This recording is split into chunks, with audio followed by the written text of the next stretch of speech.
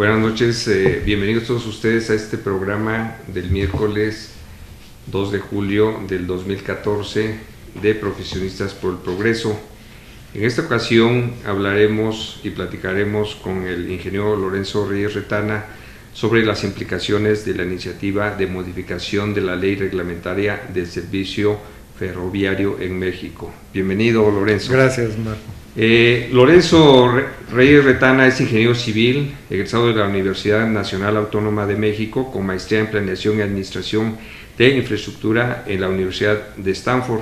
En su actividad profesional, que es vastísima, empezaremos a decir que de 1974 al 84 participó en la Comisión Federal de Electricidad en el programa de mejoramiento de plantas termoeléctricas, Departamento de Seguimiento de Proyectos, Proyecto Nucleoeléctrico Laguna Verde, la única nucleoeléctrica que tenemos en el país, así ¿verdad? Así es. Representante de la CFE en el Programa Nacional Indicativo de Energéticos de CONACYT y asistente técnico en el Proyecto Hidroeléctrico Chicoacén, también una de las últimas presas que se han hecho en este país, ¿verdad, bueno, Lorenzo? No, pero ya se han hecho algunas otras. Otras más, pero sí, las grandes, de gran dimensión, sí, son importantes.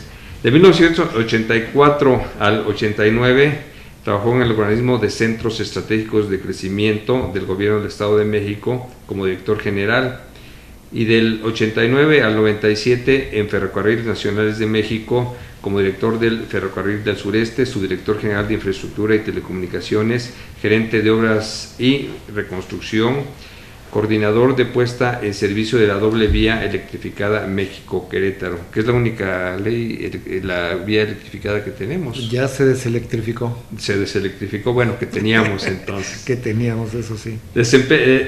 También del 97 a la fecha ha estado trabajando en este lugar como director general de operación de Ferrocarril Mexicano SADCB, conocido como Ferromex, ¿verdad, mi estimado? Así es. Lorenzo, pues muchas gracias por recibirnos aquí en tu oficina. Con mucho gusto. Muchas gracias. Y para iniciar la charla, pues quisiéramos que nos platicaras, ya que estuviste tú también trabajando en Ferrocarriles Mexicanos y sabes del tema de cómo estaban los ferrocarriles antes de la participación de Ferromex y de algunos otros concesionarios.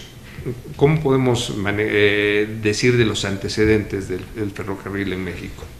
Mira, para ubicarlo en un contexto amplio, los ferrocarriles surgieron como un medio de transporte panacea, por decirlo de alguna manera, es decir, surgieron antes que el transporte carretero, desde luego, y antes que el aéreo, sí, también, y entonces atendían los requerimientos que ahora atienden estos dos medios de transporte. Sí, veíamos precisamente algunas fotografías o algunos videos de la Revolución Mexicana, todo se movía en ferrocarril en aquel entonces, ¿verdad? Claro, o sea, esta situación surge desde mediados del siglo XIX y se prolonga prácticamente hasta mediados del siglo XX. Tiempos de Porfirio, se dice que don Porfirio fue un gran impulsor del ferrocarril. Así es, sí.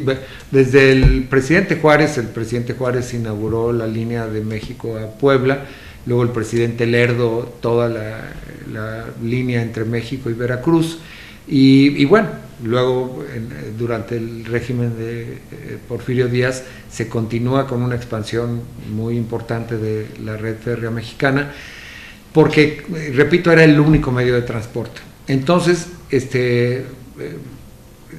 no enfrentaba competencia, no estaba en un mercado, digamos, en donde tenía que compartir con otros medios de transporte pues las demandas, ¿no?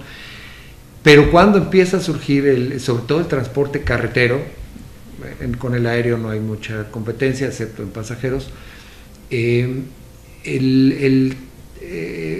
una rapidísima expansión de la red carretera mexicana.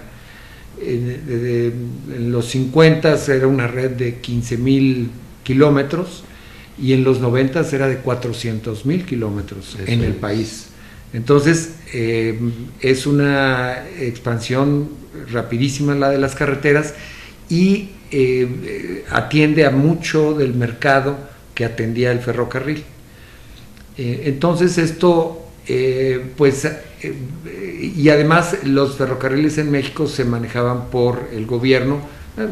Todavía en los 50 había alguna intervención de la iniciativa privada, pero el ferrocarril no alcanza a ubicar muy bien esta nueva situación y deja de ser competitivo. Eso es. Sobre todo en el transporte de pasajeros. Sin embargo, el gobierno mexicano, por el modelo económico que practicaba, sobre todo, repito, después de la década de los 50 del siglo XX, administra directamente a través de esta agencia del gobierno mexicano, que era Ferrocarriles Nacionales de México, administra la red férrea nacional. Eso es. Pero lo hace con un modelo que no es competitivo. Es una empresa que tiene demasiados trabajadores y que además pues compite con desventaja con la carretera. Claro. Es mucho más económico un viaje en autobús que un viaje en tren a una distancia corta, digamos. Muy rápido, ¿no? ¿Verdad? Claro, el autobús, bueno, y además el autobús, digamos que compite con la ventaja de no tener que pagar por la carretera. Es decir, no está en sus costos, claro. No está el pago por la construcción de la carretera, que era proporcionada por el gobierno. El caso es que con este modelo económico el ferrocarril empieza a perder mucha competitividad. Eso es. Y la empresa se mantiene con una altísima carga, ¿verdad? Carga sobre todo de trabajadores. Mantiene gastos fijos muy altos. Llega un momento que llega a tener 80,000 trabajadores, FNM. ¿Y esto tiene que ver con el sindicato y todo esto? Desde luego recordarás el movimiento en los 50 de Vallejo. Con el presidente López Mateos, que hay conflicto laboral. Así es. Que derivó, entre otras cosas, en que el gobierno protegió más laboralmente a Ferrocarriles Nacionales de México. Recordarás que llegó a ser director de FNM Luis Gomezeta, que había sido un líder sindical. Exacto. Entonces, con este esquema, con este modelo económico, pierde mucha competitividad FNM. El requerimiento de subsidios a FNM crece descontroladamente, al grado de que el transporte de pasajeros recibía un subsidio de arriba de 5 veces lo que realmente costaba. Insostenible, ¿verdad? En cualquier economía no es sostenible. Así es. Y de hecho el gobierno mexicano empieza a dejar de invertir en el mantenimiento de la red y por obvias razones, ¿verdad? Claro, era un barril sin fondo, definitivo, ¿no? Por decirlo de alguna manera. Claro. Y en 1994, recordarás, a raíz de lo que se denominó como el error de diciembre, en fin, cuando empieza el sexenio de Ernesto Zedillo, del Ernesto Zedillo de 94 a 2000, se decide cambiar el esquema y privatizar la operación ferroviaria. Sí. Se promueve un esquema en el que el gobierno no pierde la propiedad de la infraestructura, o sea, conserva dentro de su patrimonio la red férrea nacional, que es un patrimonio importantísimo. Son en esa época 20,000 kilómetros de líneas principales, sí, a lo largo de todo el país, con un ancho de derecho de vía, digamos, de 70 metros. Es una propiedad, digamos, importantísima, ¿no? Sí. Es difícil pensar en alguien que tenga más terreno en el país. Sí, unos activos muy importantes. Muy importantes. Entonces decide concesionar la infraestructura y la operación, el permiso para dar el servicio ferroviario. Y lo hace, y en ese momento también decide dejar que fuera obligatorio el servicio de pasajeros. Muy bien. Es decir, se decide que la vocación del ferrocarril en ese momento y en esas circunstancias era atender a la carga. Eso es. Que es una decisión muy importante y yo creo que muy atinada. En esto también, porque lo voy a comentar respecto de otros facetas del ferrocarril, se apoya mucho o se toma ejemplo del ferrocarril en Estados Unidos. El ferrocarril en Estados Unidos es sobre todo un ferrocarril de carga, con muy escaso servicio de pasajeros. Entonces, con este modelo se promueve un esquema que se llama de integración vertical, en el que el concesionario de la infraestructura va a ser también concesionario del servicio, pero para promover la competencia se divide la red férrea nacional en varios ferrocarriles regionales y en lo que se llaman líneas cortas. Muy bien. Y también un ferrocarril terminal en el Valle de México. Correcto. En donde confluyen los ferrocarriles regionales. Entonces, con este esquema que se adopta, por cierto, después de haber estudiado otros, principalmente se había estudiado la sustitución de la gestión de FNM por un particular, o sea, digamos una empresa única nacional que manejara toda la red del país, pero desechan este esquema, ese proyecto, porque era de esperarse que muchos de los problemas que había tenido FNM pudieran pues también afectar a este nuevo esquema, ¿no? Y también se estudió un esquema que se llama de integración horizontal, en el que hubiera concesionarios de la infraestructura y diferentes concesionarios del servicio, del manejo de trenes sobre la infraestructura a base de derechos de paso. Pero este esquema en esos años que llevaba algún tiempo implantado en algunos países, sobre todo en Inglaterra, en Argentina, había tenido muchos problemas por la falta de entendimiento, digamos, entre los dos concesionarios, ¿no? O tipos de concesionarios, más bien, siendo muchos los de, sobre todo los de operación de trenes. Y bueno, hubo casos famosos, un accidente muy grave en Inglaterra, que al final resultó que era por estas diferencias técnicas entre el gestor de la infraestructura, de la vía, y el gestor de los trenes. Eso es. Que es un poco lo que hemos estado viendo de la línea 12, ¿no? Exacto. Que hay una incompatibilidad que le dicen vía tren, ¿no? Entre la infraestructura y entre el móvil, los ¿no? trenes, exacto. También se le llama dinámica, riel, rueda, ¿no? En fin, y por esas razones se decide adoptar el esquema de integración vertical, en el que estos ferrocarriles regionales serán concesionados tanto en su infraestructura como en el servicio. Y para promover la competencia se diseñan estos ferrocarriles regionales en los que hay ciertas rutas, sobre todo hacia puertos y fronteras, que tienen siempre más de un prestador de servicio. Por ilustrarlo más claramente, mientras FNM gestionaba la red nacional, para el intercambio de carga con los Estados Unidos y para evitar costos de operación, decide desarrollar principalmente una sola de las 6 rutas o 6 cruces fronterizos que tenía. Decide desarrollar el cruce fronterizo por Nuevo Laredo, Tamaulipas.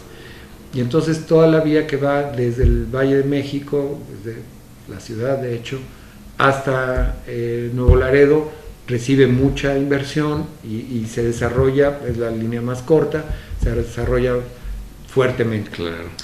Pero entonces, cuando hacen los ferrocarriles regionales, esta línea queda en el ferrocarril del noreste, y otra línea que estaba muy relegada, que tiene otro trazo y que va a Piedras Negras, se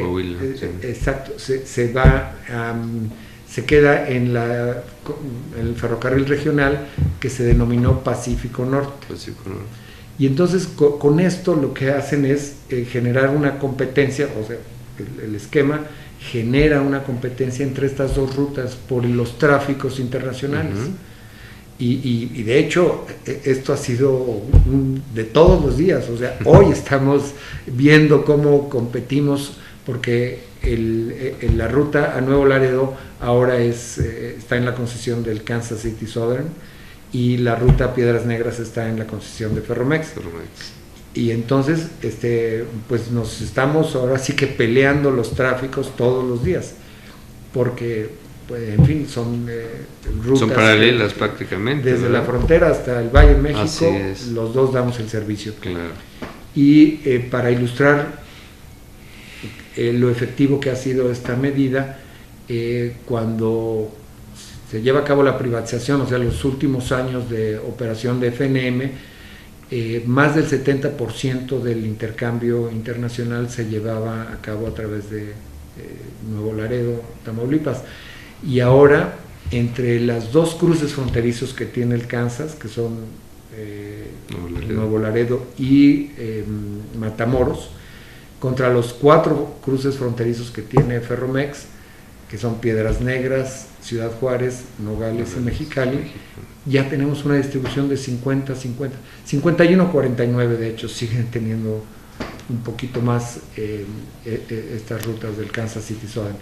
Pero eso ilustra muy bien cómo sí funcionó el esquema con el que se diseñaron los ferrocarriles regionales. Y bueno, o sea, se fomentó la competencia, exacto, y con eso la competitividad, ¿verdad?, de las empresas. Sí, porque digo, ambas empresas hemos tenido buen desempeño, muy buen desempeño, y la competitividad, creo que lo mencioné la otra vez que nos vimos, sí, ha permitido que, por ejemplo, estas plantas armadoras japonesas tan importantes, y no nada más japonesas, también Audi, sí, se hayan instalado a pie de las vías. Por ahí hay otras 2 más que se pretenden instalar. Sí, se habla de más proyectos, pero hoy por hoy el buen servicio ferroviario que hay en el país pues sirvió de incentivo para estas plantas, ¿no? Muy bien, aquí podríamos comentar entonces que esta competencia y competitividad ha dado resultados positivos, o sea, se tiene el servicio necesariamente en calidad, en oportunidad, para trasladar valores, carga entre Estados Unidos y México, ¿verdad? Sí, hemos ganado mucho mercado ahí al camión, lo cual es muy positivo. Y te decía, el esquema que se diseñó para la gestión por parte de la iniciativa privada de los ferrocarriles fue este diseño de las rutas. Sí. Pero luego también que te decía, lo ilustré con el tema de las fronteras, pero también se dio para los puertos. El puerto de Veracruz está servido por 2 de estos ferrocarriles regionales, por el noreste y el sureste, el noreste de Kansas y el sureste de Ferrosur, el puerto de Veracruz, pero luego el de Altamira está servido por Ferromex, y Tampico está servido por Kansas. Luego en el Pacífico, Kansas atiende Lázaro Cárdenas y Ferromex atiende Manzanillo. En fin, se diseñó de una manera tal que entre los principales centros económicos y de comercio del país se diera una competencia. Y te decía, adicionalmente a esta configuración, también se establecieron derechos de paso obligatorios, de tal manera que otros centros de actividad económica intensa, por decirlo así, también estuvieran servidos por más de un ferrocarril. Y entonces, en la línea que está en la concesión de Ferromex, que va a Guadalajara, nosotros le tenemos que ceder derechos de paso obligatoriamente a el noreste o Kansas City Southern. Claro. Y luego ellos también nos ceden derechos de paso a Monterrey. Eso es. ¿No?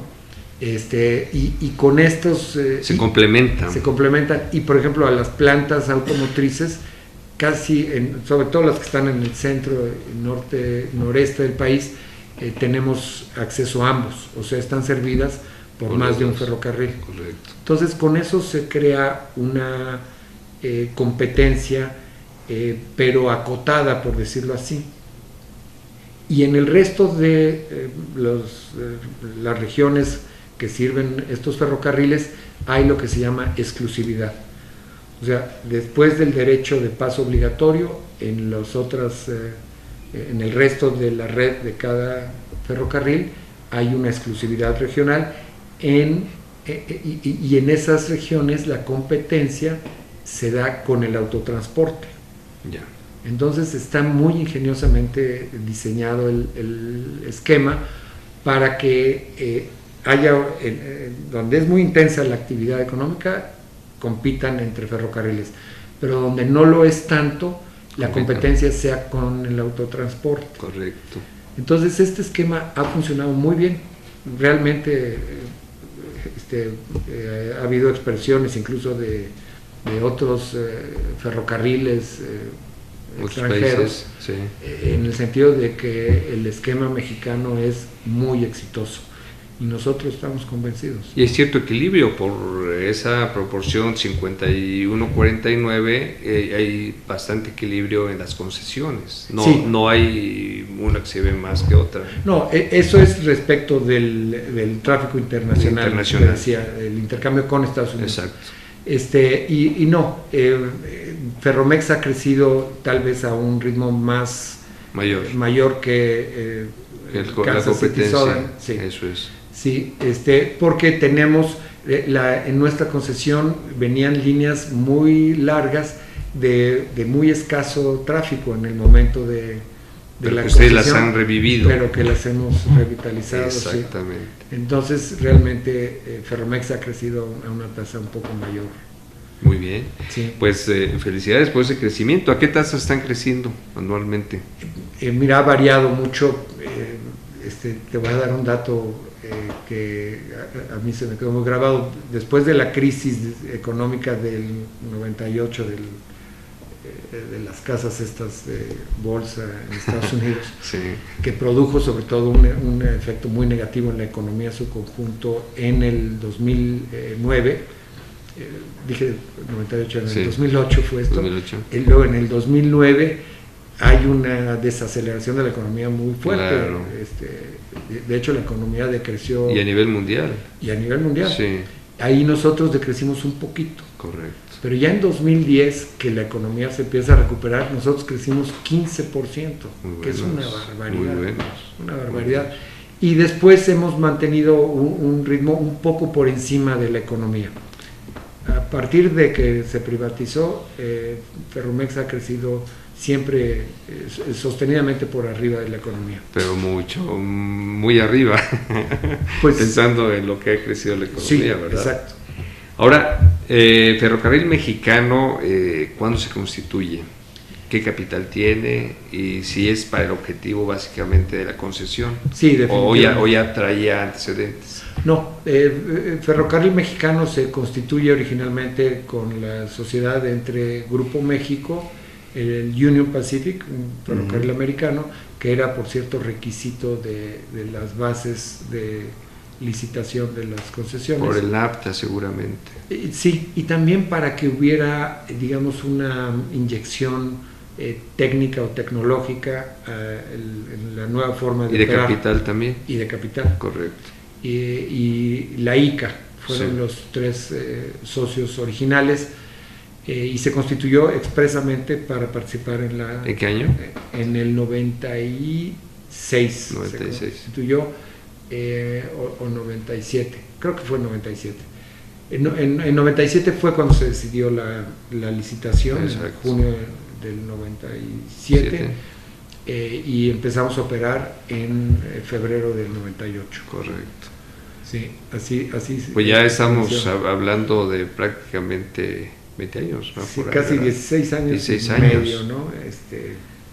Y siempre con un crecimiento del 15% anual, pues está bastante bien. Sí, bueno, ¿no? ese fue el 2010, que todavía lo recuerdo porque incluso nos metimos en problemas por exceso de tráfico. Sí, definitivamente. Ahora, sabemos que está discutiéndose una modificación a la ley reglamentaria del servicio ferroviario. ¿Esto qué implicaciones tiene con el actual esquema ferroviario? Mira, lo afecta mucho, lo afecta mucho porque el principal planteamiento es cambiar este esquema que te decía de integración vertical y que es el que existe en los ferrocarriles de carga americanos, lo transforma en un esquema que le llaman de acceso abierto, en el que los concesionarios de la infraestructura le tienen que dar derechos de paso prácticamente a quien los pida. Muy bien. En la primera versión se hablaba de esta iniciativa de modificación, se hablaba de una figura de concesionarios, que un concesionario podía ser pues prácticamente cualquier persona que tuviera una locomotora o que pudiera hacerse de una locomotora. Pero la capacidad instalada da para eso. No, porque las implicaciones son, creemos nosotros que no están bien estudiadas, sí. Porque el abrir así, digamos, la infraestructura, claro, a que pues prácticamente cualquiera pueda circular, operar con trenes, es muy delicado. Fue lo que te comentaba que en Inglaterra causó problemas, bueno, no solo en Inglaterra, en varios lugares, y al grado de tener que cambiar de esquema completamente. Y entonces aquí vamos un poco al revés, o sea, un esquema que sí resulte exitoso lo queremos cambiar por uno que ya demostró su inviabilidad. Y la cosa es que si se impusiera, digamos, este esquema, si se aprueba la iniciativa por la Cámara de Senadores, entonces nosotros nos veríamos obligados a dejar pasar los trenes de otros concesionarios, operadores, y allí creemos que sería muy factible, que lo más factible es que algunos empresas relacionadas con ciertos tráficos quisieran manejar esos tráficos en condiciones muy económicas y entonces buscarían economizar, por ejemplo, en el tipo de equipo que usarían, el tipo de locomotoras, el tipo de carros, y entonces empezarían a ocurrir estos problemas de la dinámica vía tren que te comentaba antes, pero también, y de manera más importante, la capacidad de las líneas se podría ver saturada muy rápidamente. Nosotros hemos desarrollado una tecnología, una técnica operativa para correr trenes muy largos. ¿De cuántos vagones? Pueden llegar a ser de 120 vagones, pueden llegar a ser de 2.800 metros los trenes, 14.000 toneladas. 14.000 toneladas. Y esto, por las características de las vías férreas, las ocupaciones de la vía, para efectos prácticos, pintan igual si llevas 2 carros, claro, o 120. Eso es. Porque, y es más eficiente 120, obviamente. Por supuesto, porque el tráfico se controla por tramos que se asignan a cada tren. Y entonces, una línea, por ejemplo, esta que recorrí ayer, puede tener capacidad de 24 trenes diarios. Pero si son 24 trenes de 100 carros, bueno, pues estás manejando un volumen de tráfico muy importante con esa capacidad. Pero si ahora son 24 trenes, pero de 30 carros, pues ya el volumen atendido baja muchísimo. Pero lo más probable es que de 24 brinquemos a 36. Y entonces eso afecta mucho a la capacidad de la vía y la velocidad empieza a castigarse, empieza a bajar y eventualmente puede ocasionar problemas de congestionamiento. Muy bien. Este es el problema toral que se presentaría en este tipo de modificaciones a la ley ferroviaria. Quisiéramos, después de un corte que haremos, que nos digas cuáles serían las posibles soluciones. Se requerirían inversiones adicionales para solucionar esto. También saber si los equipos tan diversos que trajeran otros concesionarios pudieran afectar a la infraestructura, ¿verdad? Cosas de ese tipo serían las que te preguntaríamos. Claro. Un corte.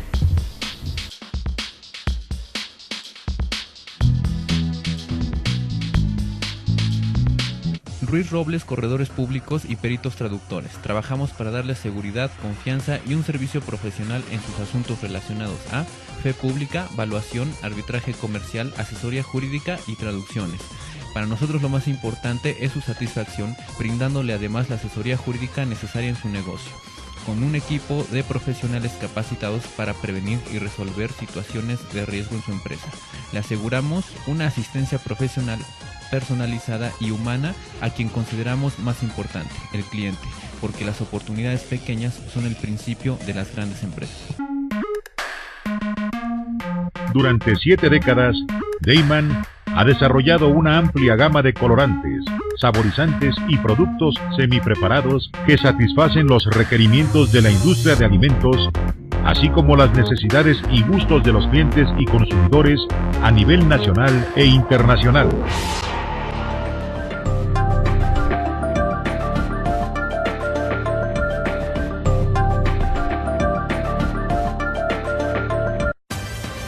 Con Trujillo Betanzos y Asociados, tus proyectos están en buenas manos. Trujillo Betanzos y Asociados te ofrece servicios de fe pública en materia mercantil, asesoría legal, contable, fiscal y de negocios, litigio civil y mercantil, valuación y asesoría financiera y área académica, porque nuestros clientes son nuestros mejores amigos.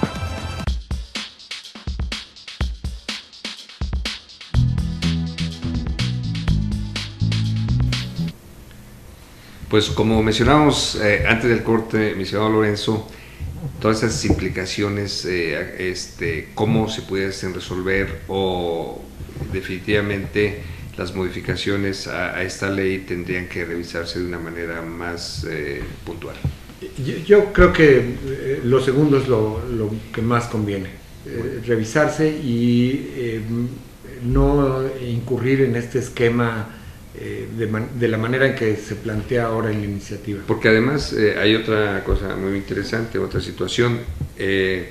Los actuales concesionarios firmaron un contrato con el gobierno mexicano por determinado tiempo. ¿Cuál fue el tiempo? Qué bueno que lo dice. En efecto, las concesiones, los títulos de concesión que recibimos, los ferrocarriles regionales, son por 50 años. Eso es. Y esta exclusividad regional que comentaba yo y que en realidad es el que no nos veríamos obligados a dar derechos de paso diferentes a los que ya impuso el título de concesión, es por 30 años.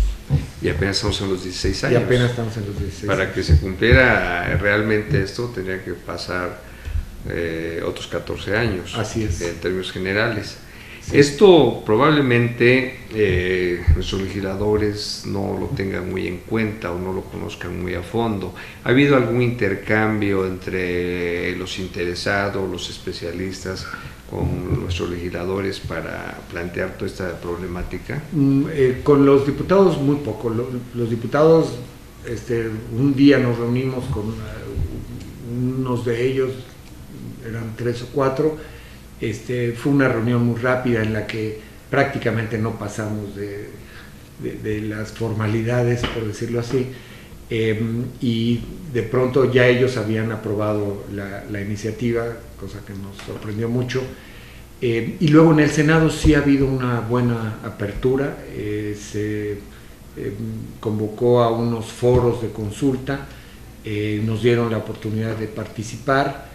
Ha habido participantes de otros sectores y bueno, creemos que en el Senado realmente ha habido pues una consulta, una apertura más interesante sobre el tema. Pero aún así, sí estoy convencido de que no hay mucho conocimiento de cómo opera la industria ferroviaria en el país. Y es porque, bueno, desde que se dejó de dar el servicio de pasajeros de manera obligatoria como ocurría antes, el público en general está poco familiarizado con esta función que hace el ferrocarril para el transporte de carga. Y ahí déjame hacer una reflexión, porque creo que es de lo que más importa en todo este asunto. Todo lo que se vaya por el ferrocarril se deja de ir por la carretera. Obvio. Entonces, por ejemplo, los ferrocarriles americanos están muy orgullosos de que de su mercado de transporte terrestre total en el país, el 45% más o menos lo atiende el ferrocarril. Esto en términos de las inversiones que se dejan de hacer en carreteras, tanto en construcción de nuevas carreteras como en su mantenimiento, es importantísimo. Si además tomas en cuenta el consumo de combustible y la contaminación, las implicaciones son realmente bien importantes. En Canadá este porcentaje es un poco mayor, creo que está cerca del 60%. En México, cuando nosotros recibimos las concesiones, el ferrocarril solo participaba con un 19% del transporte de carga en el país. Y ahorita vamos en el 26%. Es decir, con el esquema que, repito, considero muy exitoso, hemos sido capaces de revertir esa declinación, porque antes de los 90s el ferrocarril había tenido una mayor participación, pero había venido declinando, y a partir de las concesiones de 97-98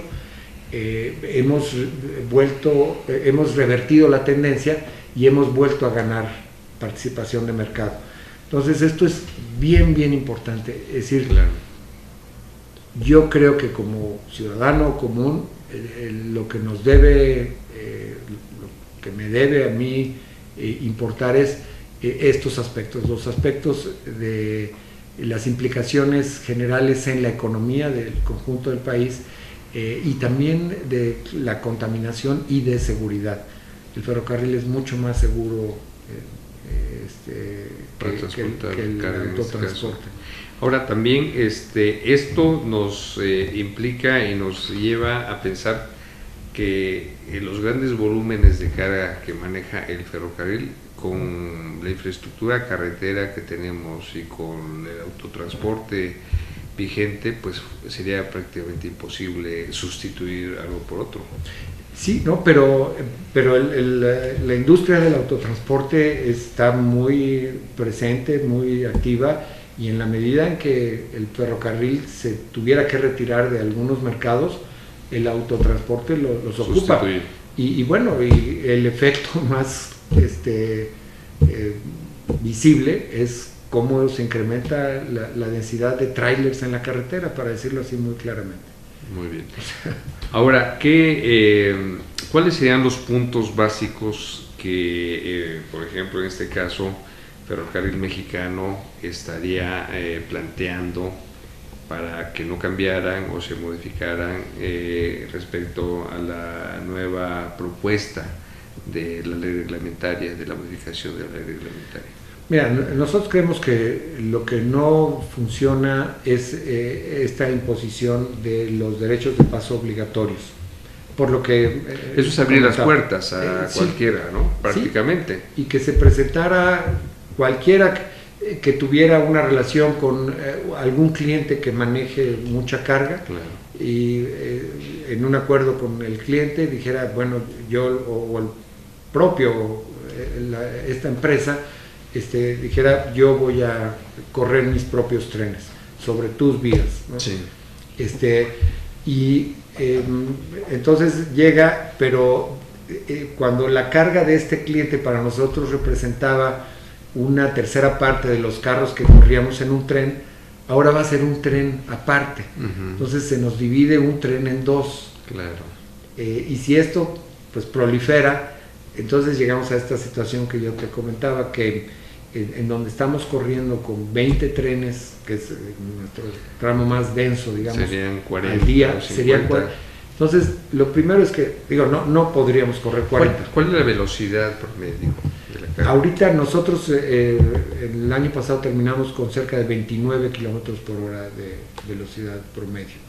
Con los movimientos de Laredos y de todo esto, Sí, programaciones. sí, exactamente. Ahora, otra pregunta. Para pensar en movimiento de mayor número de trenes, ¿sería necesario hacer infraestructuras, más Laredos, más cosas por el estilo? Claro. Hasta una doble vía podría ser. Exacto, pero son inversiones inmensas. Exacto. Y la propia modificación a la ley iría en contra de la capacidad de las empresas de invertir. Eso es. O sea, si yo pierdo ese tráfico de que estamos hablando, no puedes invertir. Entonces mis ingresos se recortan. Exacto. Y si además de perder ese tráfico voy a tener que sacrificar mi velocidad, mis costos se van a incrementar, porque si paso de esa velocidad que te estoy diciendo de 29 kilómetros por hora es un promedio, en las líneas más densas la velocidad es un poco más baja, en las menos densas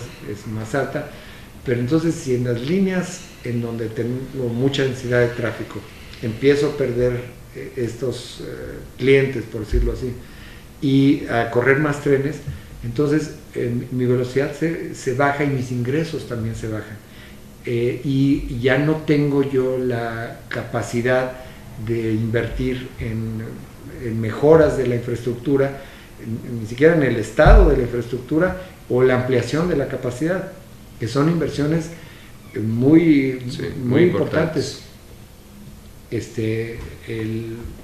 Nosotros calculamos que en la industria, en el sector ferroviario, se han invertido a partir de la privatización más de 7.200 millones de dólares. Y esto ha sido gracias a que ha habido, digamos, esta dinámica en la que las perspectivas son siempre positivas porque se mantiene un crecimiento, ¿no? Sí, ustedes como concesionarios les conviene tener las vías en perfecto condición, ¿no? Y lo que se logró con la privatización fue precisamente rescatar muchos de estos tramos de estas abandonados líneas, básicamente, que estaban muy relegados, ¿no? Yo no diría abandonados, es un poco fuerte. Okay. Pero sí estaban relegados. Por ejemplo, había muchos durmientes en mal estado, el riel era de bajo calibre, el tipo de fijaciones. Ya desalineados y todo lo demás, ¿no? Exactamente. Ahora, dentro de la concesión que tienen ustedes, ¿hay alguna cláusula que los obligue o les conmine a hacer inversiones de nuevas vías, cosas por el estilo? Sí, en los títulos de concesión se establece un compromiso por parte del concesionario de programas de inversión de 5 años. Muy bien. Y bueno, estos programas los hemos cumplido muy sobradamente, muy sobradamente. Para beneficio, obviamente, del servicio, ¿verdad? Del servicio y de la infraestructura. Ahora, entonces estaríamos pensando, viendo desde el punto de vista político, de lo que implica estas modificaciones, propuestas de modificaciones a la ley de servicio ferroviario, que sería un poco populista, porque muchos piensan y dicen, bueno, es que hay un duopolio y demos oportunidad a mayores jugadores en este equipo. ¿Qué podríamos contestar a esto? Mira, como te comenté antes, creo que la configuración de los ferrocarriles regionales estuvo muy cuidadosamente diseñada con el propósito de mantener una cierta competencia y también con el propósito de que hubiera esta exclusividad regional en competencia con el autotransporte. Si se inhibe la capacidad de crecer del ferrocarril, entonces ya no se incrementa la participación Sí. en el manejo de la carga Eso del es. ferrocarril. Y entonces, digamos que si le íbamos ganando mercado al autotransporte, se revierte la tendencia. Y entonces, más trailers en la carretera, pero más mantenimiento, más dinero del Claro. gobierno para mantener las carreteras y posiblemente más carreteras, inversiones en nuevas carreteras o en ampliación de capacidad de las carreteras. Así Es es. decir,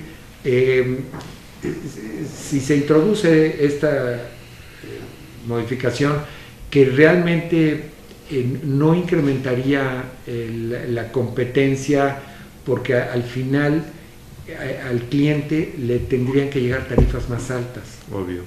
porque la economía del transporte, Se pulveriza. exacto, se Sí, distorsiona. Se distribuye entre muchos. Otra pregunta. En este sentido, claro, esto es viendo hacia adelante y pensando mal y cosas por el estilo.